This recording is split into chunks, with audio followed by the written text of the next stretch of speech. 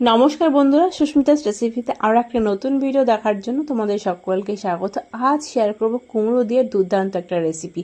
অনেকে দেখবে কুমড়ো খেতে চায় না, কিংবা একই রকম কুমড়ো খেতে কারোই ভালো লাগে না। তবে কুমড়ো দিয়ে এই রেসিপিটি করে একবার খেয়ে দেখো, ভীষণই ভালো লাগবে। তো চলো দেখিনি কি করে করব। আর এদিকে একটা কড়াই বসিয়ে দিয়েছি, আর কড়াইয়ে আমি দিয়ে দিচ্ছি পরিমাণ মতো সর্ষের তেল। এর মধ্যে সেই ডুমো করে রাখা কুমড়ো আমি দিয়ে দিলাম, সেই পাকা কুমড়োটা সেটা আমি দিয়ে দিলাম। তবে এই পাকা কুমড়োর পরিবর্তে কিন্তু এখানে কাঁচা কুমড়ো দিয়েও কিন্তু করতে পারো, কিন্তু পাকা কুমড়ো দিয়ে করলে কিন্তু বেশি ভালো লাগে।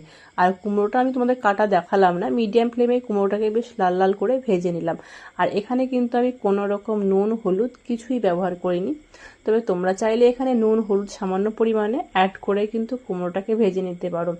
কুমড়োটাকে তুলে নিলাম, ভাজা হয়ে গেছে। এবার ওই তেলের মধ্যে দুটো আলু আমি ডুমো করে কেটে রেখেছি, সেই আলুটাকেও ঠিক একই রকমভাবে লাল লাল করে ভেজে নেব। আর আলুর পরিমাণটা তোমরা তোমাদের পছন্দ অনুযায়ী দেবে, এখানে আলুটা না চাইলে কিন্তু নাও দিতে পারো, আলুটাকে অ্যাভয়েড করতে পারো। আলুটা ভাজা হয়ে গেছে, আলুটাকে তুলে নিলাম। এবার ওই কড়াইয়ের মধ্যে আমি আরও একটু দিয়ে দিচ্ছি সর্ষের তেল। এর মধ্যে একটা গোটা তেজপাতা আর একটা ফোড়নে দিয়ে দিলাম শুকনো লঙ্কা। আর এইবার দিয়ে দিচ্ছি গোটা গরম মশলা, দুটো লবঙ্গ, দুটো এলাচ আর দারচিনির টুকরো আমি দিয়ে দিলাম, ছোটো ছোটো 3-4টে দারচিনি, দারচিনির টুকরোটা দিলাম। দিয়ে বেশ কিছুক্ষণ ফোড়নটা নাড়াচাড়া করে নেওয়ার পরে এইবার দিয়ে দিচ্ছি গোটা জিরে। সেটা কিন্তু পরিমাণে একদমই কম, 1 চা চামচের 3 ভাগের হচ্ছে 1 ভাগ দিয়ে দিলাম। আর দিয়ে ফোড়নটা কিছুক্ষণ নাড়াচাড়া করে নেওয়ার পরে যখন দেখবে খুব সুন্দর একটা গন্ধ বেরোচ্ছে, তখন আমি দিচ্ছি কেটে রাখা টমেটো। আর টমেটোটা আমি বড় বড় করে কেটে রেখেছি, টমেটোটা একটু বড় সাইজের, সেটা দিলাম। যে কিছুক্ষণ 1 থেকে 2 মিনিট মতো টমেটোটা আমি নাড়াচাড়া করে দিলাম। তবে এই টমেটোটা কিন্তু তোমরা চাইলে পেস্ট করেও দিতে পারো। আর 1 চা চামচ মতো আদা গ্রেট করে রেখেছিলাম, সেটা দিলাম। আর দুটো কাঁচা লঙ্কা চিড়ে রেখেছিলাম, সেটা দিলাম। তোমরা এটা লঙ্কাটা তোমরা তোমাদের পছন্দ অনুযায়ী দেবে। দিয়ে কিছুক্ষণ নাড়াচাড়া করে নেওয়ার পর টমেটোটা দেখতে পাচ্ছ একদম কিন্তু পুরোপুরিভাবে গলে গেছে। এবার হচ্ছে কিছু গুঁড়ো মশলা গুঁড়ো অ্যাড করব, সেটা দিয়ে দিলাম জিরে গুঁড়ো 1/2 চামচেরও কম, আর তারও কম দিয়ে দিচ্ছি ধনে গুঁড়ো। গুঁড়ো মশলা দিচ্ছি কিন্তু সেটা পরিমাণে কিন্তু একদম কম। আর হলুদ গুঁড়ো দিলাম, আর কালারের জন্য সামান্য কাশ্মীরি লঙ্কা গুঁড়ো দিয়ে দিলাম। এবার গুঁড়ো মশলাগুলো বেশ ভালোভাবে একটু মিশিয়ে নিতে হবে।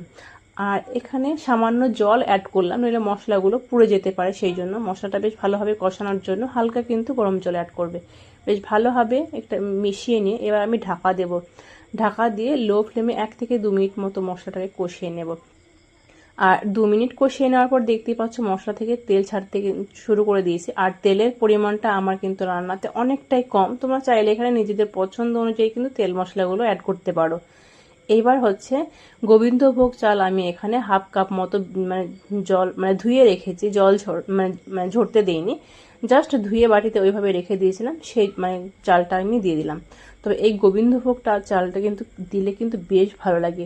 তবে এর পরিবর্তে কিন্তু তোমরা এখানে বাসমতি চালও ব্যবহার করতে পারো। বেশ ভালোভাবে মিশিয়ে আবার আমি 2 মিনিট মতো একটু ঢাকা দিলাম। ঢাকা দিয়ে 2 মিনিট একটু কষিয়ে নিলাম। এবার বেশ ভালোভাবে একটু মিশিয়ে নিতে হবে। 1 মিনিট মতো বেশ ভালোভাবে মিশিয়ে এবার ভেজে রাখা আলু আর কুমড়োটাকে আমি অ্যাড করে দিচ্ছি। তবে আমি বলবো এর জায়গায় কিন্তু তোমরা চাইলে একটু বড়ি কিংবা আরও অন্য কোনো সবজিও কিন্তু অ্যাড করতে পারো, কিন্তু এখানে না করলেই ভালো হয়। কিন্তু বড়িটা কিন্তু দিতে পারো, সেটা খেতে কিন্তু বেশ ভালো লাগবে। এইবার বেশ ভালোভাবে একটু মিশিয়ে নিলাম। আর এইবার জল অ্যাড করতে হবে, জলটা একটু হালকা গরম জল দেওয়ার চেষ্টা করবে। তো জলের পরিমাণটা আমি আলাদা করে কিছু বলছি না, আমি এখানে 1.5 গ্লাস মতো জল দিয়ে দিলাম। তবে জলের পরিমাণটা তোমরা দেখে নাও, ঠিক এই পরিমাণে, খুব বেশি দেওয়া যাবে না, খুব কমও দেওয়া যাবে না, ঠিক 1.5 গ্লাস মতোই জলটা দিতে হবে।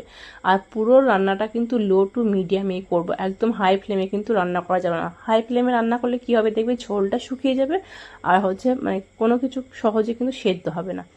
এইবার দিয়ে দিলাম স্বাদ মতো একটু চিনি। চিনিটা দিয়ে এবার আমি ঢাকা দেবো, আর ঢাকা দিয়ে লো টু মিডিয়ামে 4 থেকে 5 মিনিট মতো একটু রান্না করব।